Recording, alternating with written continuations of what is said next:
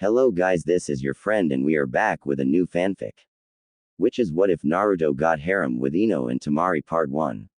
And if you enjoy this fanfic then please press the like button and subscribe to my channel for more fanfic like this. And now let's start the fanfic. As the meeting of Sunagaku's advisory council dragged on, Baki found himself growing increasingly frustrated. This was mostly due to the complete and utter lack of progress, as no one could agree on a correct course of action. Politicians unable to compromise. Perish the thought. He mentally snarked. He was currently tuning out his fellow counselors, choosing instead to skim Temari's field report of her brother's defeat. Incredible, he thought bitterly. We have a situation that requires decisive leadership and none of these old fools can agree on anything. Fortunately, the Sand Ninja had managed to eke out a ceasefire with the Leaf, but if their scout reports were to be believed, they'd need much more than that. Convincing Konohagakure of their sincerity in drawing up a new treaty was paramount, especially considering the latest fiasco that they currently found themselves in. The reports on the table in front of him showed Baki that Sunagaku was in a desperate position. The failed invasion of Konohagakure had cost Sunagaku a significant chunk of its best shunin and jonin, not even taking into account the finances they practically flushed down the toilet. Already weakened by the fiscal neglect of the Wind Daimyo, Sunagaku now stood as the weakest of the Big Five by an uncomfortable amount. Again referring to the reports from scout teams, Baki cringed. Iwagakure was currently probing along the Wind-Earth border. Not a promising sign, given the bloody history between the two powers. Historically, Iwagakure was the reason Sunagaku had allied with Konohagakure in the first place. A thought struck him as he glanced over the scout report once more. His eyes narrowed in thought. Perhaps Sunagaku's position wasn't as hopeless as he thought. No matter the current political relationship, Konohagakure simply could not allow Iwa to get a foothold into Suna territory, because this would eliminate Suna as a barrier to Iwa. If Iwa were to conquer Suna, then they would be practically at Konoha's doorstep, and given the history between those two countries, it made the Suna-Iwa relationship look like an arranged playdate between children. Still, the probing of Iwa ninja was concerning. It's a pity the Yondaime Hokage didn't survive the Kyuubi attack. If he were alive, Iwagakure would never be moving this aggressively. With this thought still in mind, he took a sip of coffee as he flipped to the last page of Temari's report, and almost spit it right back out in shock. Clipped to the page was a picture of the Konohagakure genin that managed to subdue and defeat Gaara. Baki's mind immediately ground to a halt, one word permeating throughout his shocked core. In Namikaze. Startled by the sudden movement next to him, Yura glanced at Baki curiously. With only a year of service to the council, Yura was a young buck, but a rising star for his industriousness and loyalty. Still, given his lack of seniority, he had only made a handful of statements during the current council session. Gently nudging his neighbor, he leaned over and whispered, "Something wrong, Baki? You look like you've seen a ghost or something." Baki examined his fellow council member, and decided to share his newest insights. "You wouldn't be far off the mark, Yura. It's possible I may have come up with a way for Sunagaku to recover, but I'm unsure just how well it will play out." Yura rolled his eyes. "Come on. It can't possibly be worse than Otokazu's brilliant plan to bribe Tanagakure into betraying Konohagakure and allying with us. Something tells me that they're not interested at all in being our buffer against Konoha." Baki snorted with disgust. It had taken some effort on his part, but he'd managed to scrap that little disaster before it gained ground.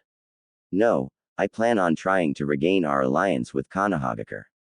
We've shared with them how the Cage died, as well as Orochimaru's betrayal, and while that stayed their hand, we need a military alliance, not just a truce." "Really?" Yura whispered back confused. "Given how our last alliance ended, what could we possibly offer that they would agree to? Our track record isn't the best when it comes to holding up our end of the bargain, much as I'm loath to admit. I may as well explain my plan to the council instead of doing it piece by piece." Standing, Baki addressed his peers. "Honorable members of the council, some new facts have come to my attention, and I believe I have a partial solution to our current issues." Seeing as he now had the undivided attention of everyone in the room, Baki braced himself and clasped his hands behind his back. "One step at a time, old man. The only realistic solution to our current trouble with Iwagakure is to somehow re-establish our alliance with Konohagakure. It is only through this that we can buy the time we desperately need to recover our resources and recoup our losses, and everyone knows this. The question facing us is simple. How do we prove that we won't betray Konohagakure again? Baki ignored the winces from several of the council members as he reminded them that Sunagakure had indeed betrayed Konohagakure, despite Orochimaru's manipulations. Ignoring the rising back chatter and retorts, Baki considered how to phrase what he needed to say. Perhaps a small Konohagakure history lesson. Raising his hands for silence, Baki waited until the room quieted once more. In the past, Konohagakure had an ally it trusted with everything. The alliance between Uzushiogakure and Konohagakure was sealed by a marriage between the Shadaime Hokage and a woman named Uzumaki Mito. That alliance lasted for decades, until Uzushiogakure was destroyed by Kumogakure and Iwagakure in the Second Great Ninja War. I believe we can use that tradition ourselves to tie Konohagakure back to our interests. Otoke's, Baki's self-proclaimed rival, on the council, quite fairly exploded at this. You couldn't possibly be serious. We need every shinobi we have. Why would we offer one to Konohagakure, and why would they accept even if we did? What possible motive or incentive could we offer? Turning, Baki faced the man directly. Speaking in a calm, controlled manner, almost as if speaking to a child, Baki presented his case. Konohagakure will accept because they cannot afford the strategic threat of Iwagakure conquering us. They know that facing Iwagakure on two fronts would be a recipe for disaster, and as angry with us as they are, I believe Iwagakure is a far greater concern for Konohagakure. Satetsu, another council member, spoke up in a manner that showed his irritation. Baki, that's all well and good, but you still haven't told us the rest of it. Please stop stalling. Baki picked up his copy of Temari's report and waved it at the council.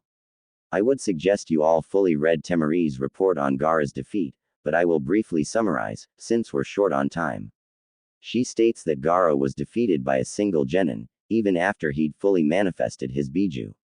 Ignoring the gasps of shock this produced, he pressed on. She states that this genin, Uzumaki Naruto, and I do stress the surname, produced more Kage Bunshin than she could count. This forced Gaara to assume Shukaku's full form. Uzumaki then summoned a toad Temari describes as nearly the size of a mountain. She also reports that the toad was wearing a blue gambler's jacket, smoking a large pipe, and had a giant tanto which it used against Gaara in his full Biju form. I can only think of one toad that matches that description. Yura glanced up after going over the info in Temari's report. So, what do we actually know about this Uzumaki boy? Our pre-invasion intelligence described him as a non-entity. I firmly believe that there is more to this boy than Konohagakure is showing the world. Baki stated with certainty. The records showed he graduated last in his class, but I have personally seen the boy use a Jonin-level technique, a Kinjutsu at that, with ease. Summoning toads indicates he is apprenticed to Jiraiya of the Sannin, and I believe you are all aware of that man's last apprentice. Speaking of the Yondaime Hokage, you may be interested in the photo attached to the file in question.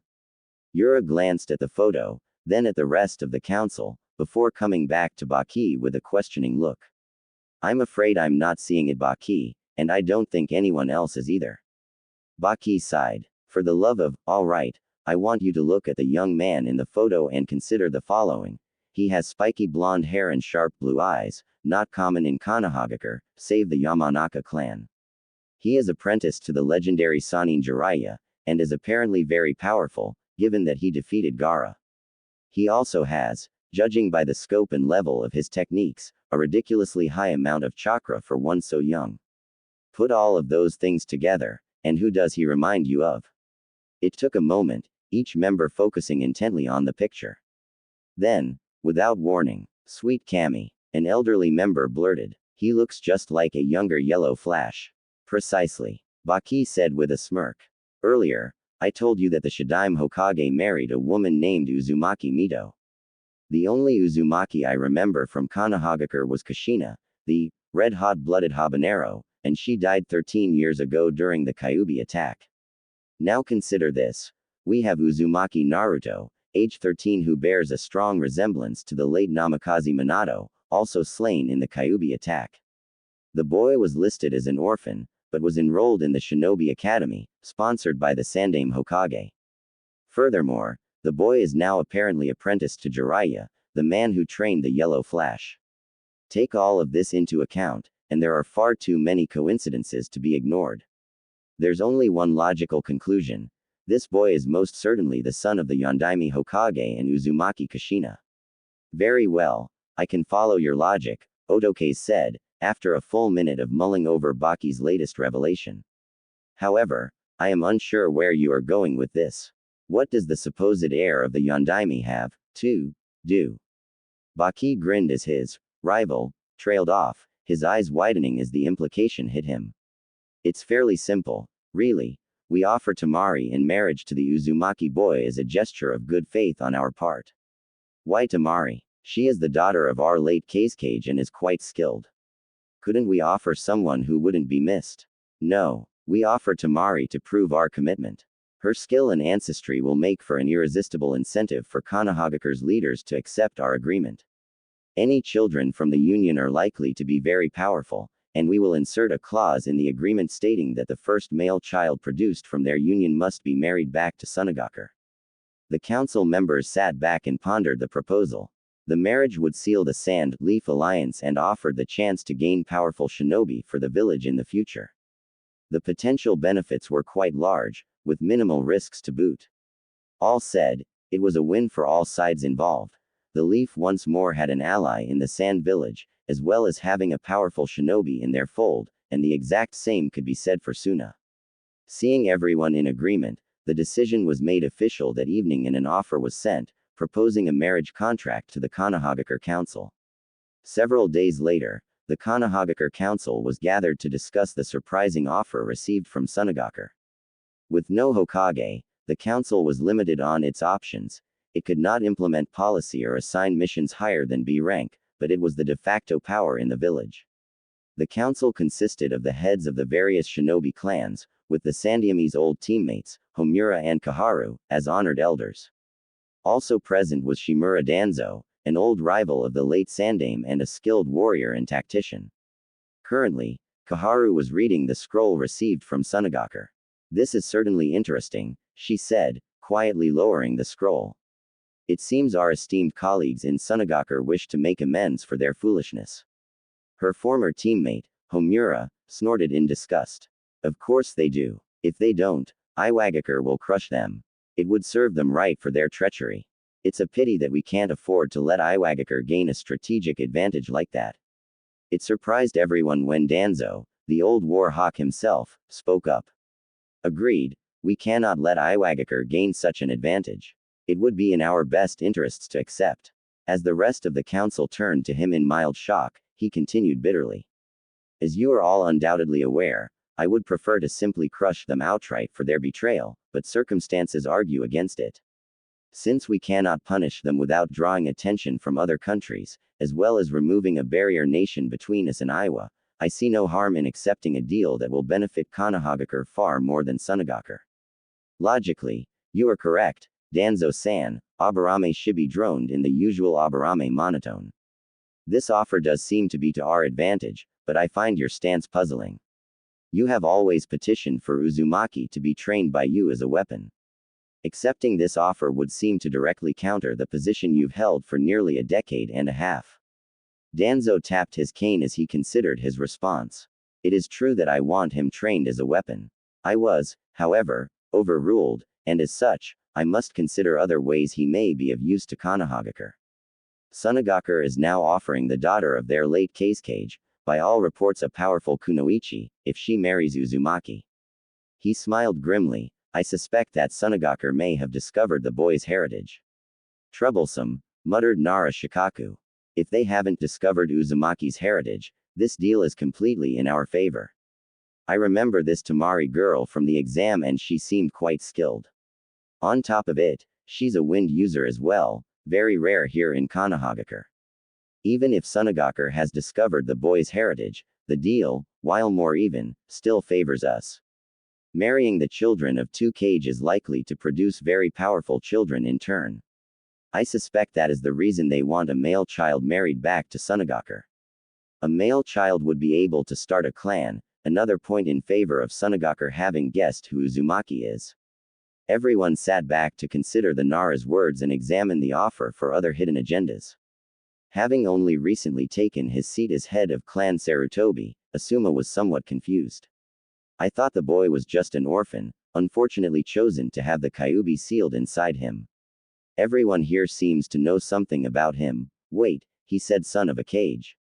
It couldn't be. Yondaime. He sealed the Kyuubi no Yoko in his own son. In his newfound confusion and anger, Asuma blurted out, "Are you telling me that Uzumaki is the Yondaime's son?" To his shock, most of the council simply nodded in his direction, seemingly unfazed by this revelation. The Yondaime had a son. Why was this hidden? It should be obvious, Asuma. The Yondaime made many enemies during the Third Great Shinobi War, came the reply from Hyuga Hiyashi. The boy would have been in grave danger had word gotten out about who his father was. Danzo surprised the council once more by being the next to speak. It was as if the old warhawk had suddenly developed an interest in council affairs. At this point, I don't see any option but to accept this offer. It is slanted too far in our favor to decline without tipping our hand regarding the boy's heritage. If we chose to decline by announcing that heritage, I have no doubt Kumogaku, and especially Iwagakure, would react unfavorably. We also need the boy to produce more Uzumaki, as possible future containers for the Kyuubi, if not outright shinobi for our future ranks. Unless there are generous volunteers here that are willing to offer up their progeny to such a fate. Seeing the members of the council refuse to meet his lone eye, he nodded. Very well, since we are in agreement, let us send our response. What? The yell from the council chamber echoed through the building, down the street, and throughout the village. Kankuro found himself in the odd position of hiding from his sister. While this wasn't too uncommon, his choice of hiding spot, behind his brother, was a new one. Not something he would have dreamed of even a month beforehand, but Gaara had been different ever since his loss to the blonde-haired runt during the invasion. The redhead was still stoic in the face of his sister's rage. This part of Gaara hadn't changed. Kankuro was positive Gaara really didn't understand feelings, or at the very least, had a feeble grasp of their concept, but he wasn't radiating continuous bloodlust anymore, so this was a plus in his book. As far as he knew, other than some bandits on the way back from Konohagakure, Gaara hadn't killed anyone since the invasion. Hence the reason he was hiding behind Gaara as his sister raged. It wasn't cowardice, he told himself firmly. No, of course not. It was a strategic retreat, damn it. Meanwhile, Temari, fuming in the center of the room, was not in the best of moods. Giving her sensei a look that belied the hidden rage, the unbridled fury that lay beneath, she smiled up at him, eyes closed and teeth bared. Care to repeat your last statement, Baki-sensei? Because I could have sworn I misheard you. Why, I swear you just said I was sold off as marriage material to the Leaf Village. Baki sighed, both inwardly and outwardly. Well, I shouldn't be surprised this is her reaction. In reality, I'd probably be more worried if she didn't react this way. The only good thing so far is that Gaara seems to be, well, not Gaara. And by that, I mean not outright murdering Mai. I'm going to take that as a win even if Temari ends up doing it herself. Famous last words, Baki. Inhaling and exhaling deeply, Baki held his hands out. Temari, this is an order from the council. To cement our alliance with the Leaf, we need a strong symbol of commitment. I am truly sorry, but as the daughter of a cage, you always knew a political marriage was a potential future for you. Temari ground her teeth as she snarled back, not willing to back down just yet. Yes, I knew that I could possibly have a political marriage. However, I was under the impression that it would be here in Sunagaku. Not married out as a sacrifice to another village. To his credit, Baki did feel sorry for his soon-to-be former charge. Temari had no way of knowing that, though, even if he did continuously apologize. We need this alliance badly, Temari. If there was any other choice. But there isn't. Shaking his head sadly, he continued. We were tricked, fooled by Orochimaru into doing his bidding. However, we still attacked an ally, despite the alliance between us. If we don't regain Konohagakure as an ally, Sunagakure will face Iwagakure moving against us alone. With the losses in the invasion, we wouldn't be able to stop them. We need time, Temari. Your sacrifice will buy us that time. Temari gripped her fan hard, small grooves appearing in the metal. She clamped her jaw shut against the urge to rage against the world that seemed turned against her. Reminding herself that she was a kunoichi of Suna, she forced herself to calm down. I suppose it is a shinobi's duty to sacrifice for the village, she told herself grimly, but damn it, why me?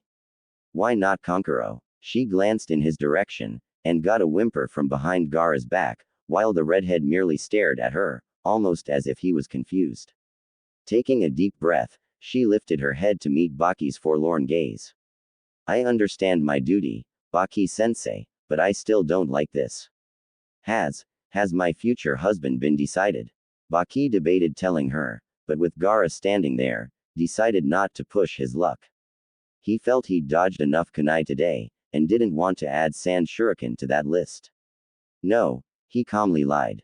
We have yet to hear back from Konohagakure. He didn't want to be near Temari when she found out who her future husband would be, and he definitely didn't want to be anywhere near Gaara. Not that that was unusual, but with his sister's future on the line. Let's just say silence was golden in this matter. I would recommend that you study leaf customs while we wait. Once again, for what it's worth. I am sorry, Temari. Having said that, he turned and walked out the door, closing it behind him and leaving the three siblings alone. Closing her eyes to stop the tears, Temari bit her lower lip. She was startled when she felt a hand gently clasp her shoulder. Looking down, she was amazed to see it was Gaara's, and even more surprised when it seemed he was trying his best to comfort her. I don't think he really understands, she thought, seeing the confusion still prominent in her brother's eyes, but he is trying. Forcing a small smile, she covered his hand with her own. Thank you, Gaara. Gaara wasn't sure what his sister was feeling, but he recognized tears as a symbol of the same feelings he used to have as a child. Something he now knew as pain. They were feelings in need of comfort. Single quote. Perhaps this is what Uzumaki meant when he talked about protecting those precious to him. Taking his hand off her shoulder, Gaara tried to voice what he was feeling.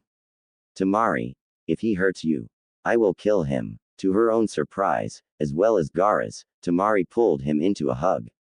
Gaara had threatened to kill her many times when she was younger, but he had never threatened to kill for her. Thank you, Gaara. Eyeing the towering gates in the distance, Jiraiya glanced at his traveling companions. Hot. Big busted ex-teammate. Check. Ex-teammate's hot apprentice. Check again. Calm, collected apprentice. Che. He paused, sensing something was seriously wrong. Since when was Naruto ever calm? Hey Gaki, shouldn't you be? I don't know, bouncing around or something. You're never this quiet. Crossing his arms, Naruto glared at him. Arrow Sennin, I died on this trip. Literally. I'm tired of pretending I'm always happy, especially if I'm not. I'm done with it. As soon as we get back and get Ba-chan settled, I'm gonna go get rid of the jumpsuits. Shizune spoke up. But Naruto-kun, I thought you like orange. Oh, I do. Orange is completely awesome. Glancing at Jiraiya and Tsunade, he narrowed his eyes and added, it's a mix of red and yellow. How could it not be awesome?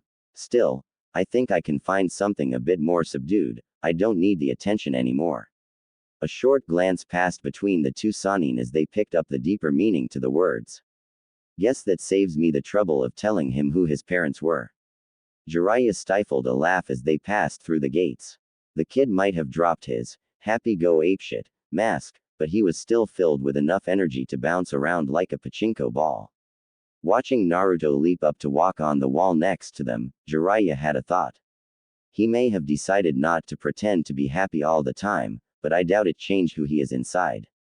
Alright Gaki, while I get Heim here settled at the Hokage Tower, how about you go home and do that whole jumpsuit burning thing you were talking about? Sounds like a plan, Arrow Sennin. Naruto called as he bounced off. You know, Tsunade said as they walked along, watching Naruto's retreating form.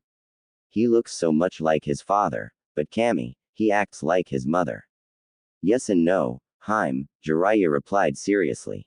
He may have some of her traits, but Kushina wouldn't have mastered the Rasengan in less than a week. The kid has tons of potential, and if he gets serious with his training, his skill level is going to skyrocket. Finding himself facing the door to the Hokage's office, he gave Tsunade a small bow with a smirk. After you, Hokage-sama. Resisting the urge to smash him through said door, Tsunade entered to find herself facing her old sensei's desk. It hit her then. For the first time, she really felt the grief of the old man's death. Crossing her arms, she hugged herself as a few tears escaped. Taking some deep breaths, she calmed herself, brushed them away, and turned to face her old teammate. It's hard to believe the old monkey is gone, she said softly. I could almost see him when we walked in. Sliding behind the desk, she realized that she still wanted to make the old man proud. She also realized something else. Wonder if he still had that, emergency sake, stashed in his desk. Opening the bottom drawer, she pulled back a secret compartment, then flashed Jiraiya a smile as she pulled out a jug. Nice, Mount Myoboku. I take it you gave this to him.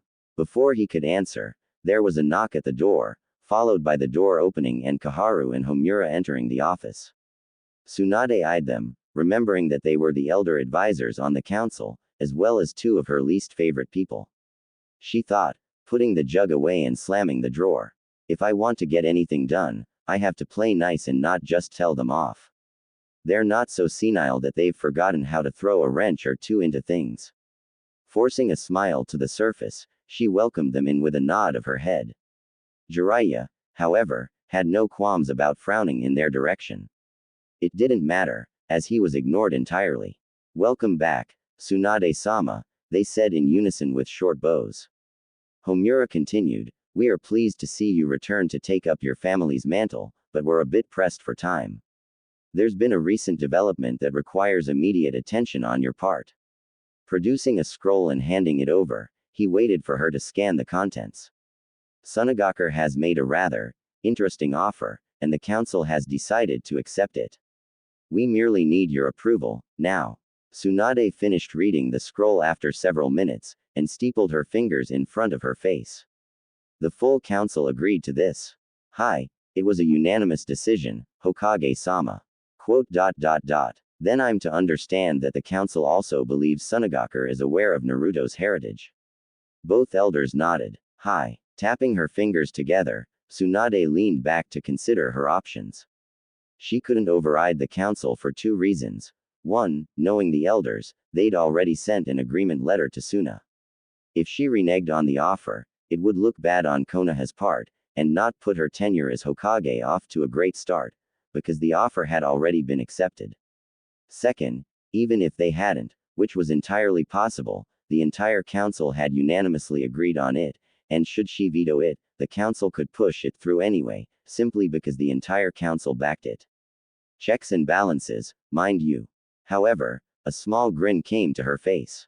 How much did the council really know about Naruto's heritage? Based on what she'd gleaned from Jiraiya, and her own musings on the subject, she reckoned they didn't know what they were getting into entirely. Time to put that to the test. Has the council considered the consequences of Naruto's marriage domestically?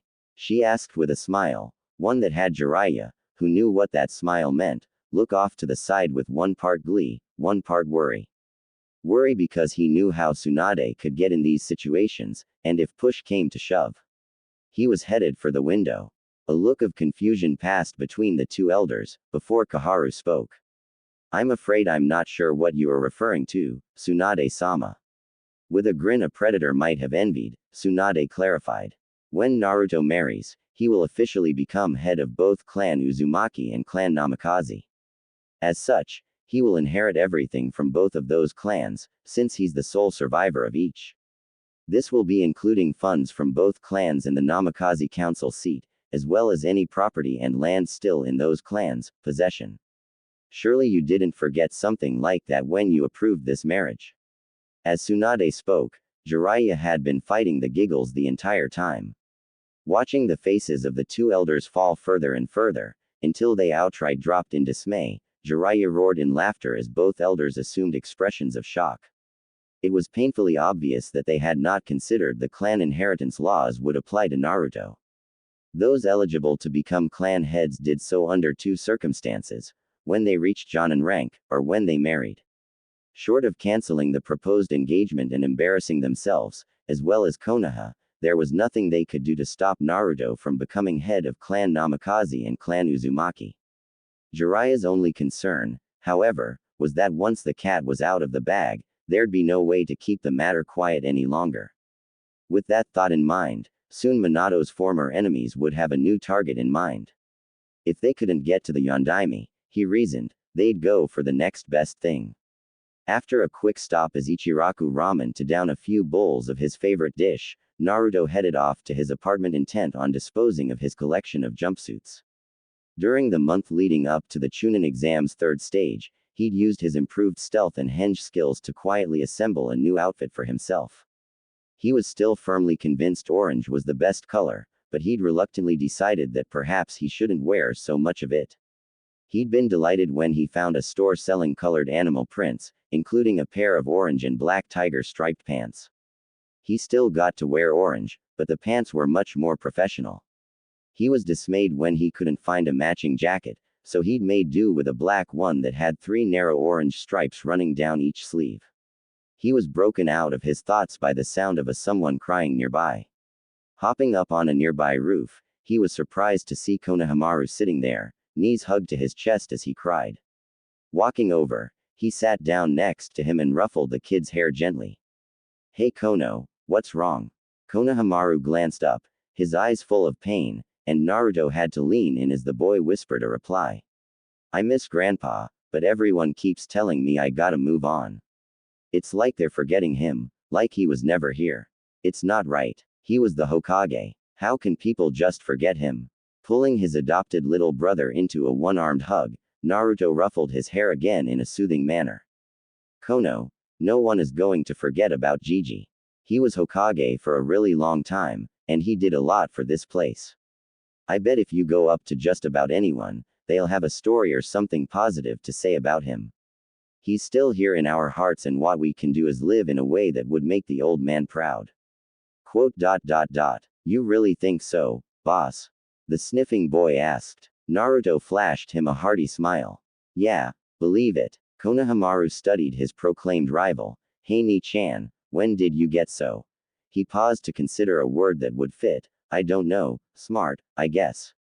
Naruto chuckled at the other boy's confusion. "I learned when I was younger that if I acted like an idiot, people paid attention to me. It was a trade-off. You know, I wasn't happy about being called names and being insulted, but they at least knew I existed." Konohamaru's eyes were wide as he stared at Naruto. This wasn't a side of his friend he'd ever seen before. Naruto was supposed to be all smiles and laughs. For a moment, he felt like he was talking to his grandfather, listening to one of the stories of the old man's youth. A strange combination of sadness and joy welled up within him, and he wasn't sure how to respond. Still, appearances had to be maintained, so he rolled his eyes. "That seems kinda stupid, boss." Cuffing the back of Konohamaru's head, Naruto stood up. "Hey, you gonna try and tell me your old attacks on Gigi were any different? I gotta get moving, but I'm glad you're feeling better. Catch ya around." Flashing a foxy grin, he formed a ram seal and vanished in a swirl of leaves. When did boss learn the Shunshin? Popping up in front of his apartment, Naruto was surprised to see Jiraiya waiting for him with a serious expression. "Ero Senin, I thought you were with Ba-chan. Shouldn't you be off doing some research, or something?" "Damn it Gaki, stop calling me that. Anyway, we don't have time for this right now. Heim wanted us over at the hospital half an hour ago. Where the hell have you been?" After listening to Naruto's quick explanation regarding Konohamaru, he nodded his head. "You did a good thing Gaki, and it's a good excuse, for anyone but Tsunade. We gotta go now, or she is gonna turn us to paste. And by us, I mean you, because you're my meat shield in all this." "Got it." After a quick, fear-filled nod from the blonde, they both vanished in swirls of leaves. Sakura and Ino were happily chatting as they walked into Sasuke's hospital room.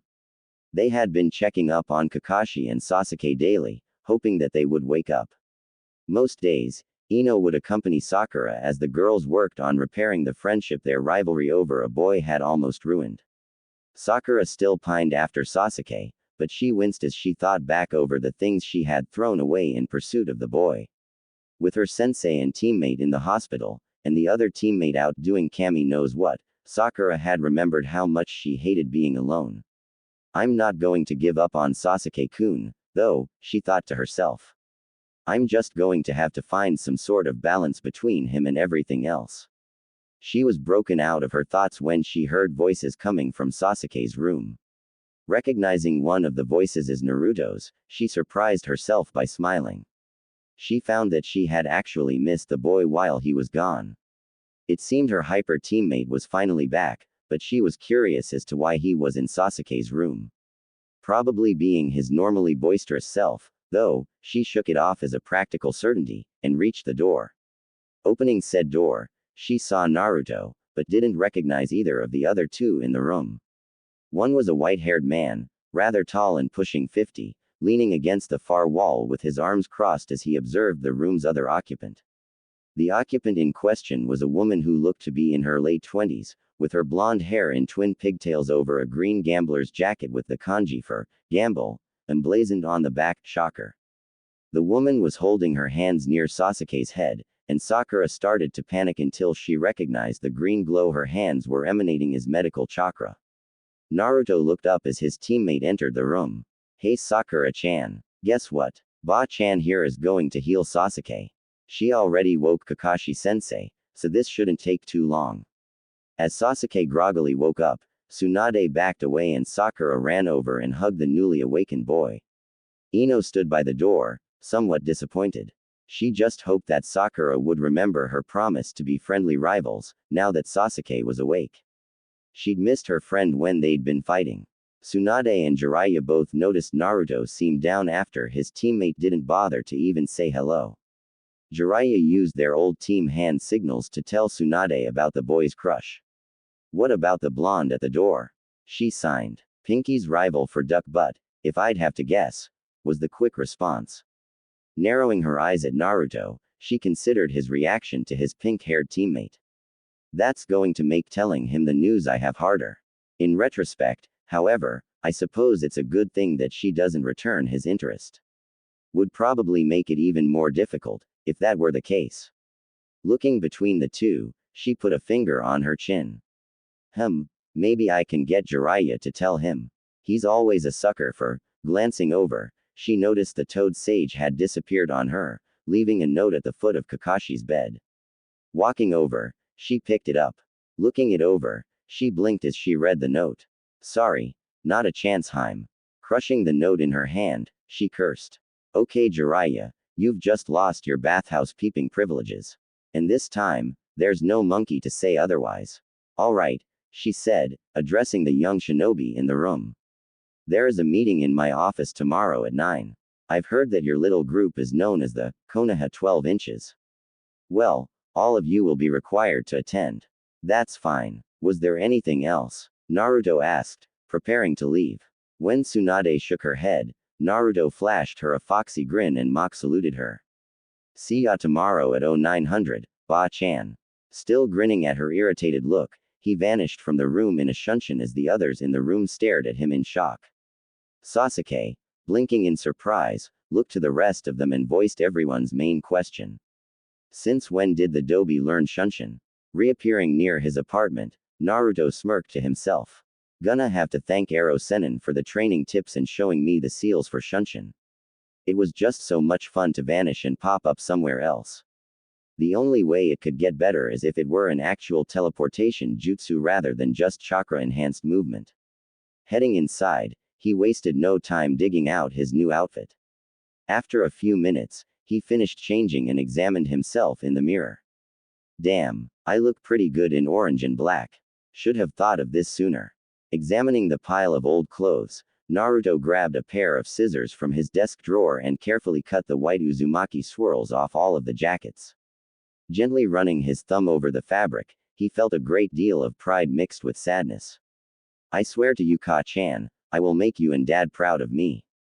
I won't let your sacrifices be in vain. That's the promise of a lifetime. Shaking off the melancholy thoughts, he gathered the clothes in his arms with a maniacal grin. Now that the hard part's out of the way, time for a little target practice. Using Shunshin again, he still couldn't get over just how useful it was. Naruto popped up at Team 7's training grounds, familiar logs in place as he separated his clothes into 3 separate piles. Getting a suitable distance from them, he turned around, carefully forming hand seals all the while. Okay. Just like Ero Sennin taught me, gotta inhale, mold the chakra in my lungs, hold it, wait for the burning sensation, and exhale. Kaden. Gukakyu no Jutsu. He yelled, at the same time exhaling a moderately sized fireball at the first pile. Within seconds, the entire pile was a conflagration of blackened fabric, sizzling and popping as the flames licked and ate the material. Forming the same set of hand seals, Naruto ended on the tiger and fired another one, putting more chakra into this one and completely incinerating the second pile, nothing but graying ash left where his former attire used to be. For a first attempt, the jutsu was fairly impressive. Naruto had managed to mold the chakra correctly with the proper hand seals. He'd gotten a hold of a cadence scroll that Jiraiya had let him borrow, and had perused it like a beast. Not to mention the numerous times he'd closely watched Sasuke perform this jutsu. What he forgot on his third and final attempt was proper chakra measurement. This proved to be, well, bad for the landscape. Deciding to see just how big he could make it, Naruto once again formed the proper seals, leaned back, and practically shot a column of hellfire out of his gaping maw. A proper Kaden technique, when executed, allows the user to spew fire from their mouth as if they're a mythical dragon. They vary in size and shape, from the phoenix fireball that sprays small, but numerous, balls of fire in a rapid sequence, to the aforementioned grand fireball, which has the potential to burn an entire forest clearing straight to the freaking ground. The latter, in this case, was more accurate to what just happened to the remainder of Naruto's jumpsuits, and the grass, and the shrubs, and the ground, and the trees, hell, everything in the general direction of 20 feet in front of him was blackened bark and scorched earth. Staggering to his feet, he shook his head to clear the daze it was in, waving the air in front of him as he coughed a few times. He stared at the scorched spot that used to be his clothes, and pumped a fist in the air in triumph when he realized he had successfully used Sasuke's favorite fire jutsu. Not once, not twice, but 3 separate times. That last one, though, was a real scorcher. Okay, that was a horrible pun, and he was never using it again. Patting at his dust-covered and slightly singed clothes, he grimaced. Well, mostly successful. Still has a few kinks. Remembering something Jiraiya had let slip on their trip home about the uses of shadow clones, he nodded to himself. Note to self. Next time, I leave untested jutsu to the clones. The next morning found the Hokage's office fairly full, as Naruto and company all crowded in. Tsunade sighed as she sat behind her desk, facing the assembled Konoha 12 and their respective sensei. Fiddling with the official marriage document, she stalled for time by examining those present. Naruto, she noticed, looked far more serious in his new attire, but he still seemed to radiate excitement. Sasuke, standing next to him, looked better than yesterday when she'd first seen him, but still seemed to be brooding. Sakura seemed torn between looking hopefully at the latter, and casting quizzical glances at the former, eyeing his new attire with curious eyes. Everyone else stood at relative attention, though the Nara boy looked as if he was going to fall asleep standing up, and the girl with buns in her hair seemed to be staring at her with stars in her eyes. Not even mentioning the dynamic duo of Guy and Lee, who were just starting their infamous sunset genjutsu. I definitely can't put this off any longer. Those 2 idiots will knock us all out with it unless I get started now, she thought to herself, a tick mark forming on her forehead. Clearing her throat loudly, she radiated killing intent at the 2, causing the genjutsu to implode, and the 2 spandex-wearing nin to pale before standing at attention with the rest of the class. Tomorrow, when I officially become Hokage, I will be making an announcement to the entire village, but the news affects those here more than most. Seeing that she now had the rapt attention of everyone present, she continued. There will be a political marriage to solidify the new treaty brokered with Sunagakur. The respective councils agreed to this before I returned and the bride and groom have been decided upon. A young woman from Sunagakur will be coming here and will be marrying into one of Konohagakur's most respected clans. Tsunade stopped as most everyone turned their eyes to Sasuke, with occasional glances at Kiba, Shikamaru, Shino and Neji. I can see what you're thinking, but you'll be surprised to learn who the suitor is, she said. If it isn't anyone here, why are we here, Ba-chan? Naruto asked in confusion. Eye twitching in irritation, Tsunade frowned. That would be because the person in question is here, and you are it. That'll learn him. Silence permeated the room, as every eye in the room became laser-locked on Naruto, all widen some boring holes into the unfortunate soul. One set in particular was apparently trying to burn a hole through his head and into Tsunade's, as both were feeling a bit hot under the collar right now. Naruto chuckled, scratching the back of his head. Good one, Granny. You got us. Now seriously, who's the unlucky bastard? You are, Naruto. Stop with the jokes. You are joking, right? He paled when she shook her head. Seriously, I'm getting married. I'm only 13. This is bullshit. Sighing, Tsunade rubbed her temple as the room exploded with questions. A vein began throbbing on her forehead, and she slammed a fist onto the desk. Silence. Her roar silenced all present, and she pointed to Shikamaru, who had his hand raised like a good little genin. You. First question. Hokage-sama, you said that the Sunagaku woman would be marrying into a Konoha clan, but then said that Naruto would be the suitor. As far as we know, Naruto doesn't have a clan. He gave Naruto an apologetic look, letting the blonde know it wasn't a snub at his family situation. Naruto nodded, letting him continue. So, does this mean that Naruto actually does have a clan? As a matter of fact, Shikamaru, Naruto does. Or rather, I should say he has two clans. Eyes once more threatened to shoot clear of their sockets as she continued. Naruto's heritage has been a well-kept secret, the longest-kept secret in the history of this village, in fact. His mother was Uzumaki Kushina, last known member of the Uzumaki clan from the former village of Uzushiogakure.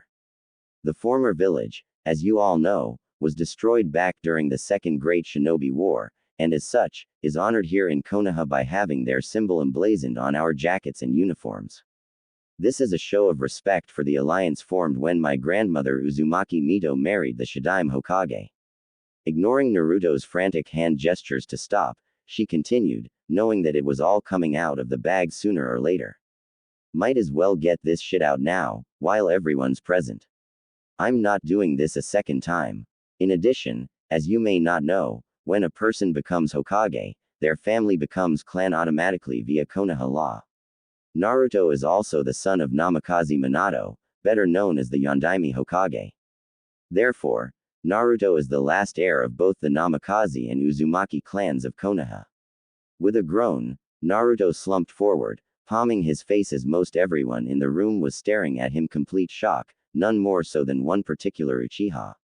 The two noticeable exceptions were Asuma, who'd already been informed at the council meeting, and Kakashi, who was giving him one of those creepy eye smiles. Turning back to Tsunade, he huffed, arms folded. Ba-chan, you had better have a really good reason for this. Tsunade was surprised by the rage she saw in his usually cheerful eyes, until she took a moment and thought about it. Once this is announced, not only will he have his father's enemies after him, a lot of villagers will try and suck up to him.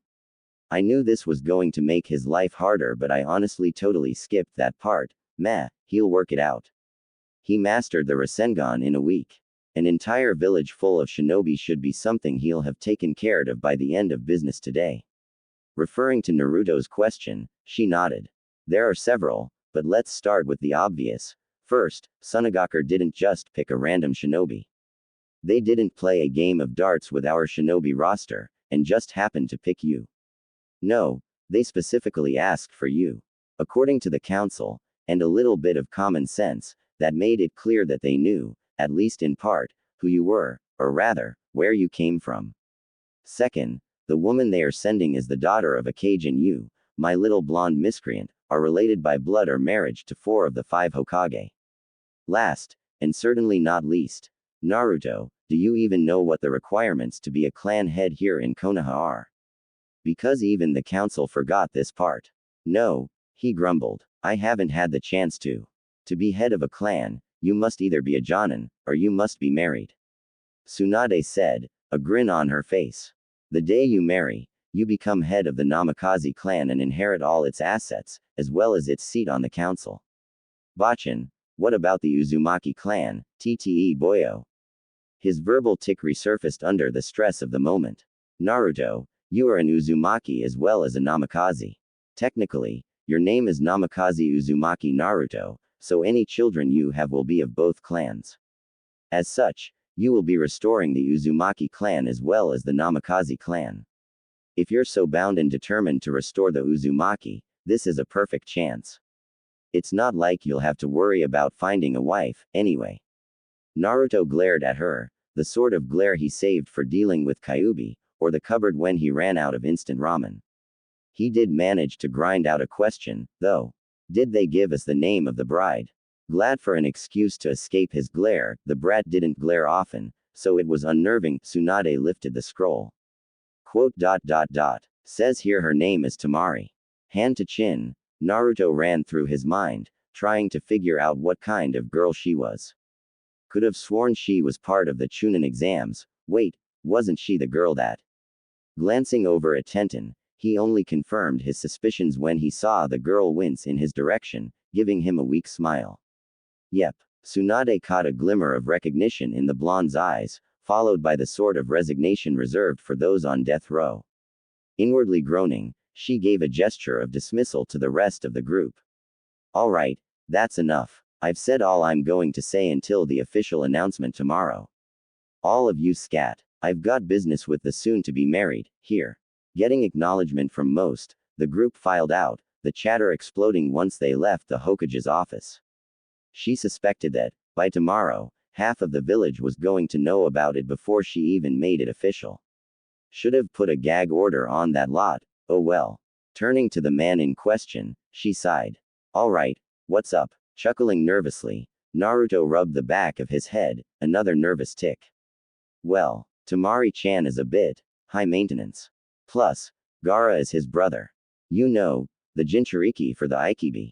The one that tried to kill me, multiple times, I might add. Tsunade sighed as she pinched the bridge of her nose in exasperation. All right, ignoring the whole homicidal Jinchuriki problem for the moment, I have some things for you. Standing and crossing the room to the portrait of the fourth Hokage on the wall, Tsunade lifted it, revealing an elaborate seal on the wall. All right, Gaki, get over here. This is a blood seal, key to anyone from your father's line. I need you to open it for me. Pulling a kunai out of its holster, Naruto nicked his thumb and pressed the bloody digit against the seal. The seal seemed to rotate before it expanded and the safe unlocked with a quiet click. Reaching into the safe, Tsunade pulled out a scroll bearing the symbol of the Yondaime Hokage. All right, need you to bleed a bit more for me, she told Naruto in a teasing manner. Ignoring the obvious rolling of his eyes, she watched him undo the seal and then opened the scroll. She couldn't stop a snort of laughter as she read the short note. Hey old monkey, if you're reading this, then I didn't survive the Kyuubi's rampage. If so, this is literally my and Kushina's will. We leave everything to our newborn son, Naruto. In addition, no, I will not tell you how I finished my paperwork as fast as I did. Trade secret. Wait, you've been a Hokage. Screw it, I'm still not telling you. Hey Naruto, I think I have proof at least some of your sense of humor comes from your dad. Handing Naruto the scroll, she chuckled as he read it, grinning as he laughed near the end. Feeling better than he had since the meeting began, Naruto still had a few questions. Alright Bachan, what do we do now?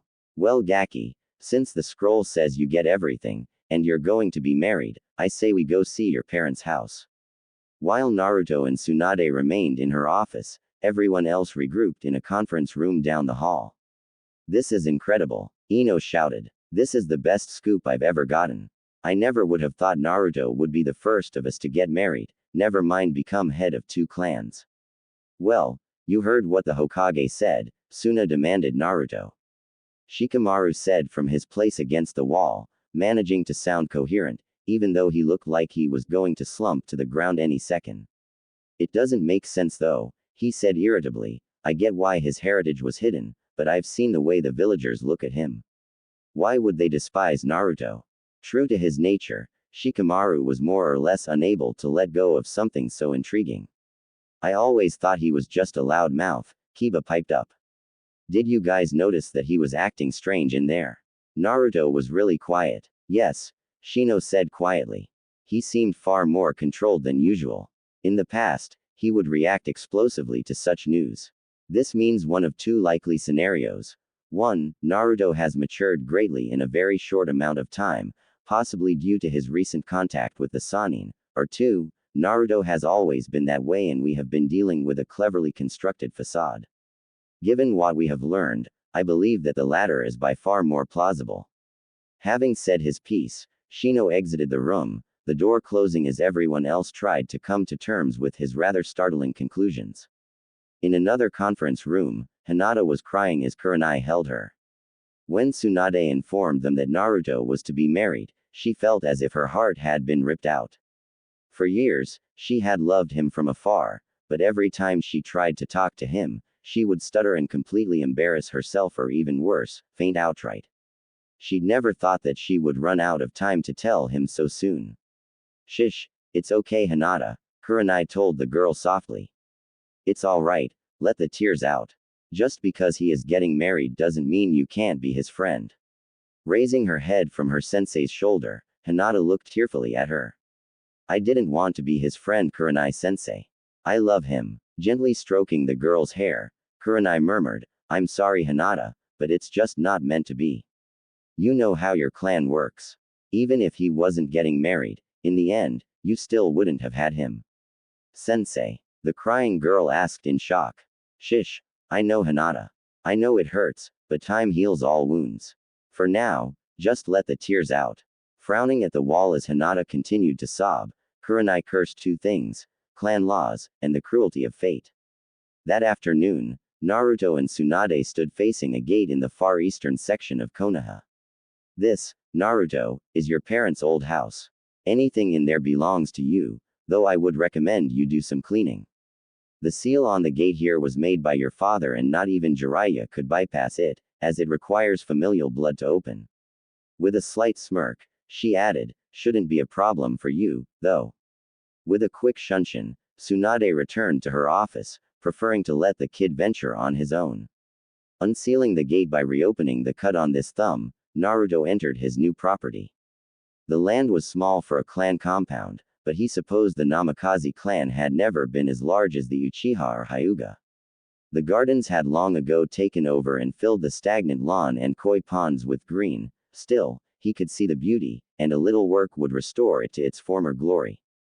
The main house stood in the center of the gardens, 3 stories of traditional stonework, and rice paper doors in need of some serious maintenance, with softly sloping red clay rooftops and opulent dragon guardians on the corners. He pushed open the main entrance, careful not to damage the aged wood. As expected, the paper gave way easily under his hands. He was planning on replacing it, anyway, so he wasn't concerned. No one had come into the house after his parents had died. All of the furniture remained where it was last, coated with a fine film of dust with a few cobwebs dotting the corners of the rooms. He passed through the entrance and into the sitting room, a television sitting at the far end of a kotatsu. Everything would have to be replaced, from the electronics to the fabrics, even the curtains, but it looked like most of the wood furniture, save all the chairs, he wasn't taking chances with them, would be fine with a careful cleaning. He glanced around for another moment before making his way upstairs. It was dominated by bedrooms, 4 of them total. The master bed was the only one that looked like someone had used it before the house was abandoned. His parents' night clothes were still folded on the bed, waiting for them. With a melancholy sigh, he shut the door carefully and made his way to the 3rd floor. His parents, or perhaps his grandparents, had made the 3rd floor a training room. The practicality of it aside, it was huge, a large, open expanse with wood floors, threadbare training mats sitting in a pile in the corner, several training dummies lined up against the far wall, and various weapons along said walls. The training room wasn't the place for practicing jutsu, but it was more than appropriate for practicing taijutsu and weapon skills, as long as the person practicing wasn't Lee, or Guy. He returned to the ground floor, passing through the dining room and kitchen, noting with glee the amount of space he had for ramen, then noticing a tightly shut door just outside the kitchen. He pushed it open, revealing the cool, stone space of a basement, the jackpot, as far as the home of a ninja was concerned. He carefully took the stairs one at a time in case they were rotting through. Last thing he needed was to plunge a story or two to the ground below. Most of the room below was a library, cool but not damp, perfect for the delicate paper located here. The shelves were overflowing with scrolls and books. He could almost tell which belonged to his mother and which to his father just by the neatness some of the shelves seemed to have. A small corner of the room held a workbench, holding a strange, three-pointed kunai. The overflow of scrolls on the shelves above it seemed to indicate his father or mother was making weapons scrolls in their spare time. 1/3 of the basement was walled off to make a separate room that opened with another seal. It was obviously his father's private study, filled with fuinjutsu supplies. An open scroll lay on the large, but simple, desk at the opposite end of the room. He stepped inside to take a closer look. Picking up a scroll, he read the outer kanji. Hiroshin no Jutsu, huh. I wonder what it does. He almost sat down to read, but the overpowering smell of dust was beginning to bother him, and he needed to get some air before he went into a coughing fit. He decided it would be a good idea to get to bed in the next hour or so. He scouted out the cleanest room, a corner space on the second floor. He stopped in the doorway, producing 100 clones that looked rather unamused to be there. Alright guys, I'm headed to bed, but I want you guys to start cleaning this place up. Start with the main rooms, and if you have time, start on the training fields. I want you 5 to head downstairs and start going through the library, and I want you to read that scroll I found earlier. Remember, this is our new home, so curb the enthusiasm, okay? That means no explosions. Watching the clones salute and run off, Naruto crawled into bed, at least somewhat satisfied with the day. Naruto wandered downstairs to discover a thoughtful clone had picked up some cereal for him. Grumbling a bit at himself for forgetting to transfer his stash of instant ramen, Naruto sorted through the memories of the clones dispelled during the night. A couple of things stuck in his head and he made mental note to explore them further, but what really had his attention was Hiroshin no Jutsu. No way, this must be the jutsu that made Tusen a legend.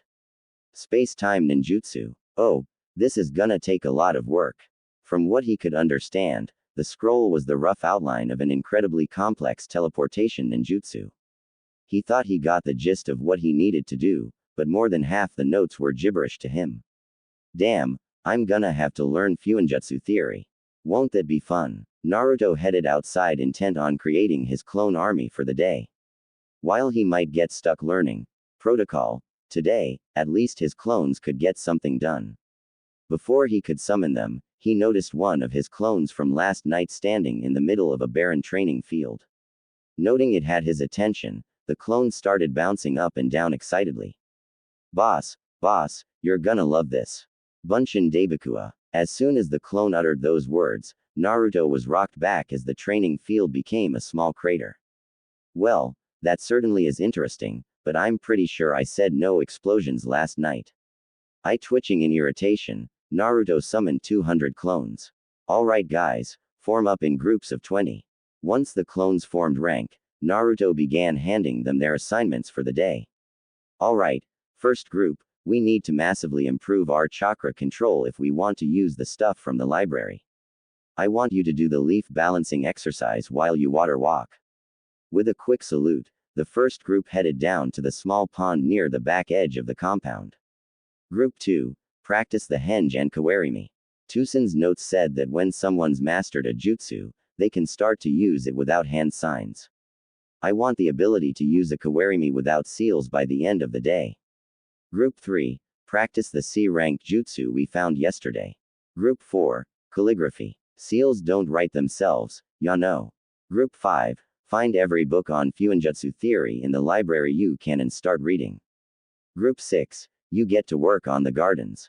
Try to keep most of it alive. Group 7, go move everything out of the old apartment, then I want an inventory of the house. Group 8, Kasen's taijutsu scrolls, get practicing. Group 9, Kenjutsu training use the kodachi. Last but not least, Group 10. One at a time, Practice that exploding clone thingy. In the already provided crater. Summoning one last clone, you. I want you to thoroughly reread the Hiraishin no Jutsu scroll. Every time one of theory clones dispels, I want you to read it. Damn it, I forgot. Creating a few more clones, you guys, Rasengan work. I want to be able to use it one-handed. Watching his clones get to work, Naruto vanished in a shunshin. Popping in with a quick, morning bachin, Naruto swiftly dodged the paperweight, the sword at his head. Sadly, he didn't see the empty sake bottle that followed it. Tsunade felt a strong easing of her spirit as she watched the jar smash her insane grandnephew back into the wall behind him. Ha, doubt he'll stop calling me Granny, but man, that felt great. Trying to maintain a straight face as Naruto dragged himself back on his feet, Tsunade considered how to break the news.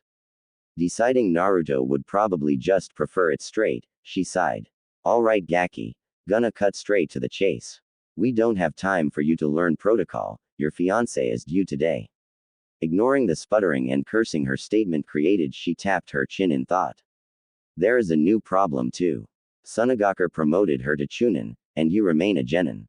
I can't just promote you, much as I would like to, but I have an idea. Seeing Naruto take a keen interest, she smirked. I'll give you a week to get ready, then I want you to fight the students of Asuma, Kurenai, Guy, as well your own Team 7. Bachin, that's crazy, Naruto grinned. I love it. Good to hear Gaki, now let's get down to the West Gate.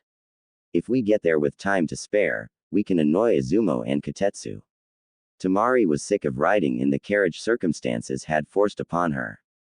She'd argued long and hard that she was still a Chunin and she could walk, but Baki had maintained that they had to follow tradition, and traditionally, brides rode in the carriage. In addition to being extremely uncomfortable, the journey was taking twice as long as the last time she had made the trip. Reaching over, she ran her hand along the smooth metal of her mother's war fan. At least I was allowed to keep this. Laying her head back against the seat, Temari focused on calming herself. Today, she would no longer be a Sunagakure shinobi, but one of the Leaf, and that hurt more than she would have believed. Despite how her little brother had been treated, she loved her village and has been proud to wear the symbol of the sand. She was jerked out of her thoughts as Kankuro stuck his head through the window. Hey, Nichan, how ya doing? I'm scared, little brother. I don't want to be married, especially not to a stranger from another village. I totally agree, Nichan, Kankuro said. Only thing I've heard is that you're marrying into a clan, but other than that, I've got nothing. Baki broke into the conversation. Looks like we're here. Seems the Hokage herself came to welcome you to Temari, which is either a very good or a very bad sign. Tsunade stood with her arms crossed tightly over her chest, wrinkling the red and white fabric of her formal robes of state. With her were Shizune, Naruto, Sasuke and Sakura. Gritting her teeth in irritation, Tsunade whispered to Naruto. If Kakashi doesn't show in the next 30 seconds, I want you to burn all his books. Hi, Bachin, Naruto whispered back. Your will shall be done.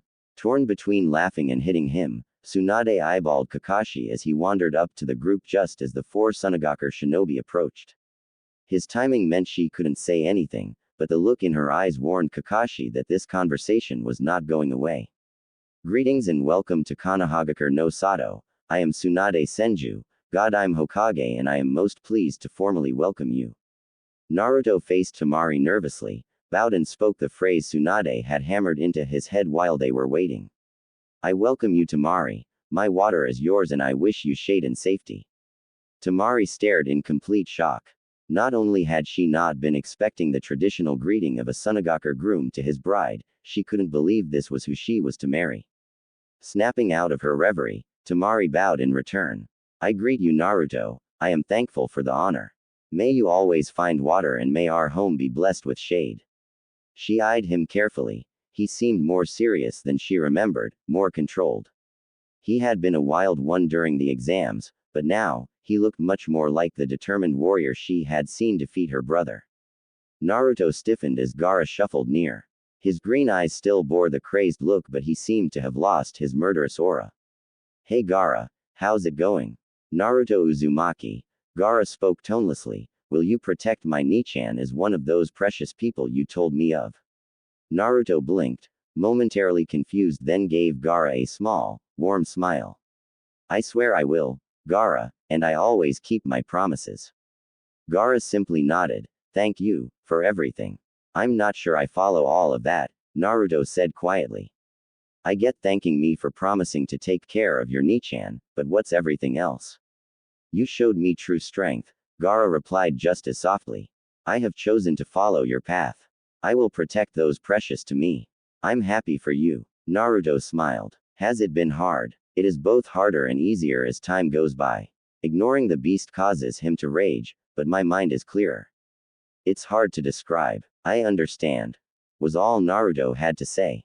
Most watching were confused. Naruto had already confided in Tsunade, so her grin was completely genuine, but Shizune was left wondering what the story behind this was. Temari and Kankuro knew what their brother meant, but he had not spoken to them in great detail about what had happened between him and the other Jinchuriki. Kakashi looked interested, but masked it behind his usual apathy quickly. Sasuke was glaring at Gaara, still angry that he had not been the one to defeat him. Sakura was nervous. She would never be able to forget the images of what he had done to Lee. Well, Tsunade said into the quiet that had settled over the group.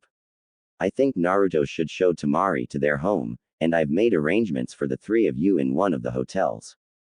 Naruto interjected. Bachan, if it's alright, how about I take everyone with me? It's not like I don't have the room. Eyeing him, Tsunade shrugged. I suppose you can. Just remember I want you in my office tomorrow at 9. We need to swear Temari in and place her on Team 7. I don't have an opening on my team. Kakashi said hurriedly. There are no open slots, Tsunade growled back, eye twitching in rage. If you weren't always late, you would have heard me explain that an hour ago. Secretly Tsunade had hopes that the time spent together on a team would cause the two to bond. She didn't want the little Gaki stuck in a cold, loveless marriage. It was perhaps one of the few things he would not survive. She believed Temari and Naruto could make it work, but without an extra push, might not make the effort to try on an emotional level. Kakashi gave Tsunade one of his eye smiles. Well, that works, but I'll need some time to evaluate her and get their teamwork up to par. Should be a busy week for us. Naruto drooped. Bachan, I'm kinda occupied this week. Didn't Kakashi-sensei get the message? Tsunade glared at the masked Jonin. No, because he was late. Kakashi, Naruto is training for an impromptu Chunin exam Monday. He will be fighting all the members of the Konoha 12 feet with the exception of Lee. Kakashi stared, eye wide in shock. Hokage-sama, that is simply insane. Tsunade shrugged. It's what the Gaki chose. Naruto lead his fiancée and guests into the compound right as the last of the exploding cones decided to blow himself up.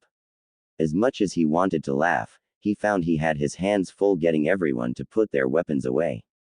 Guys, it was just a stupid clone blowing himself up. Nothing to worry about, I swear. Once everyone settled, Naruto began a small tour. Alright, welcome to the Namikaze Uzumaki estate. As you can see, we've got trees, some training grounds, a giant hole in the ground, stupid freaking clones, and gardens. Eyeing the general destruction, Naruto felt he had to add. Nay, Temari, I sure hope you garden better than I do, 'cause I think my clones really screwed that up. To her own surprise, Temari found herself agreeing. The clones had really messed things up. Looking around a bit more, Temari felt that so far, her new home wasn't too bad. She would have some privacy even if everything struck her as being a bit green. Sunagakure didn't have much opportunity for gardening, but she had maintained a flower box of herbs in her room for several years. I know a little gardening, Naruto, she said. You have to remember, though, I come from a desert. All this green seems really odd to me. Naruto looked a little crestfallen, so she spoke quickly. Not that it's bad. I've always wanted a big herb garden. Alright guys, Naruto almost yelled in excitement, I wanna show you where you're staying tonight. Leading everyone inside, he began to point out features of the house. Make yourselves comfortable in the sitting room. I'm not sure if everything works, but you're welcome to try out the television and kotatsu. The kitchen is through there, but it's not exactly stocked yet. There are plenty of rooms on the second floor, so take your pick, and if you want to train, the third floor is a practice room. He grabbed Temari gently by the wrist. Come on, I'll show you. As she was dragged up the stair, Temari had to admit that so far things weren't as bad as she had feared. The house really needed a woman's touch, but it was quite nice. She wasn't really sure what to make of her fiancé though. One moment he was hyper as hell, the next he was completely calm dealing with 4 spooked Sunagaker shinobi, one of whom was Gaara for Kami's sake. Honestly, he was a puzzle. Leading her to the bedrooms, Naruto pointed one out. This is yours, mine is the one right next to it. Temari was a tad confused. I get my own room. She was less confused and more concerned when he turned to her with a completely blank face. Temari, I'm sure you're even less thrilled about this than I am. I want to get to know you better and I hope that one day we'll be happy, but now, we're practically strangers. I thought it'd be best if we learned to trust each other naturally. Temari admitted to herself that she was impressed with his analysis of the situation. He had even brought up some points she hadn't thought of. In Sunagaker, it wasn't uncommon for a husband to demand his arranged wife be in his bed the evening of their marriage, and she had expected that behavior simply because she knew arranged marriages had nothing to do with whether or not two people loved or trusted one another. Thank you, Naruto, was her heartfelt response. Maybe this won't be so bad after all. Wanting to impress his guests, Naruto created a handful of clones and sent most off to read cookbooks and the rest to go grocery shopping. With time to kill, Naruto headed to one of the restored training fields to test what his clones had learned. Raising his hand, he was pleased to see a half-formed Rasengan. Definitely done by the end of the week, he thought with a smirk. Swapping places with a training dummy, he grinned. Silas Kawarimi, check. He still had to use the ram sign for henge, but that was at least a major improvement. Wanting to kill 2 birds with 1 stone, Naruto created clones to test both his new Kenjutsu and Taijutsu skills. Both appeared to be his mother's, and even with just the day's training with them, the styles felt natural. Finishing the last clone off with a particularly vicious cut that bisected the clone from groin to shoulder, he cringed. Wow, men must have dreaded fighting Kasen. The first elemental jutsu his clones picked made him snort in exasperation. Apparently, he really loved irony. Suoro no Jutsu, the same jutsu he had to save Kakashi-sensei from when they fought Zabuza. Trapping a clone in it, Naruto had to admit, the jutsu had its uses, but he would have to see about having enough water to use it. Moving on, he tried Daidappa. This one has potential. Watching the jutsu shred the trees he tested it on, he wondered if he had overloaded the jutsu. Rather than just blow things away, certain trees in the target area looked like they had been attacked with razors. Shrugging and filing that away for a different day, Naruto decided to test his last elemental jutsu. Remembering his internal promise after the last time he had barbecued himself, Naruto created some clones and backed off. Gukaku no Jutsu. And won't the Tem be ecstatic that I can use on of his jutsu? This time, the additional practice of the clones paid off, and rather than create giant explosions, Naruto only created the smaller explosions he wanted. Satisfied with his day, Naruto barely had the energy to flop face first on his bed before he fell asleep. The next morning found Temari waking up to the smell of something delicious. Rubbing the sleep out of her eyes, she wandered down to the kitchen in her panties and a large t-shirt, forgetting that she was not back in Sunagaker. Yawning and stretching, she grunted a morning to the shape at the stove. When she didn't get a response, she looked more fully at the figure making breakfast and felt herself freeze. It was Naruto, staring back with wide eyes, in just a pair of shorts. She thought the age difference would bother her, but he looked a bit older. Between that and his new behavior, she could easily forget she had several years on him. He's actually pretty cute. Naruto, for his part, had totally forgotten the omelet he was making as he stared at Temari. He might even owe Ero Sennin a small apology. Certainly this was worth seeing. With her hair down, sleep tousled and framing her face, Naruto came to the sudden realization that he might just have gotten a really good deal with this marriage after all.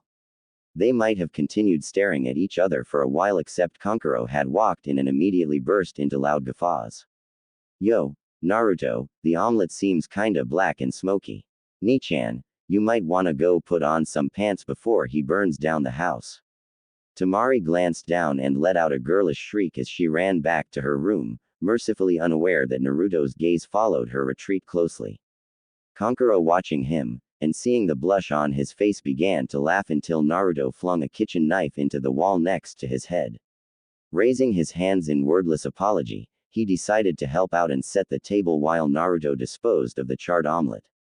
Kid, she is your fiancé, you're allowed to look, ya know, he said, trying hard not to laugh. He was getting a stitch beneath his ribs. Rolling his eyes in irritation, Naruto shot back, gee, I'm gonna take relationship advice from the guy that wears makeup. It's war paint. It intimidates enemies, runt. An infuriated Kankuro responded. What kinda shinobi is intimidated by makeup, gaite? Naruto mocked back. With a completely nonplussed expression, Kankuro calmly stated, I don't think you can actually call me that, since I'm older. With a foxy grin, Naruto was prepared to return fire before he was interrupted. Would you assholes just shut up? Temari snapped as she reappeared, pulling her hair into her usual pigtails. Kankuro, knowing his sister's usual reaction to being embarrassed, was able to dodge when she swung her fan at him. Naruto, however, was unaware of his danger until the large iron fan connected with his head. Slamming into the wall, a scene very reminiscent of Jiraiya and Tsunade, Kankuro began to laugh when he heard the dazed boy murmur, wow, I think I'm in love. After some brief first aid, where Temari wrapped his injury while Kankuro laughed and even Gaara appeared to smile, Naruto and his guest stood in front of Tsunade in her office. Deciding it would be in everyone's best interest to gloss over the partial mummification of the groom-to-be, she approached Temari. Nervously maintaining eye contact with the elder Kunoichi, Temari barely heard what was said to her until the end. Do you swear on the will of fire and your own honor allegiance to Konohagakure? Reaching back and undoing her Sunagakure Hitai, Temari calmed herself as she swore herself to her new village. My honor, my life, I do so pledge. With a nod, Tsunade turned and stamped the registration sitting behind her on the desk. Pulling out a leaf Hitai, she passed both items to the younger blonde. With that done, you should know that the wedding ceremony will be in 2 months. Baki, you and Temari's brothers are welcome to visit at any time. I'll be granting you travel passes when we finish here. Are there any questions? Hokage-sama, what are my expected duties? Temari asked hesitantly. Tsunade was impressed the girl was thinking that far ahead, but was surprised that Naruto's body language had suddenly switched from passive to protective. Well, this is a surprise, I didn't think he would understand that, but apparently he does, and he wants to protect the girl. Seems the little Gaki will be just fine. Neither council has pressed the issue yet, but I expect there will be pressure in the future. Tsunade replied, hedging her answer somewhat. Until the Gaki there matures, you'll probably be fine. You're both young, it'll be a while before the council is concerned. Temari nodded in understanding. At least she wasn't going to be forced to produce any children she didn't want. She hoped when the council finally came to a head about it, her relationship with Naruto would have had enough time to grow. She stiffened in shock when she felt Naruto grab her hand and gently squeeze in support. Well, it seems he understands as well and agrees with me. Hey, I guess.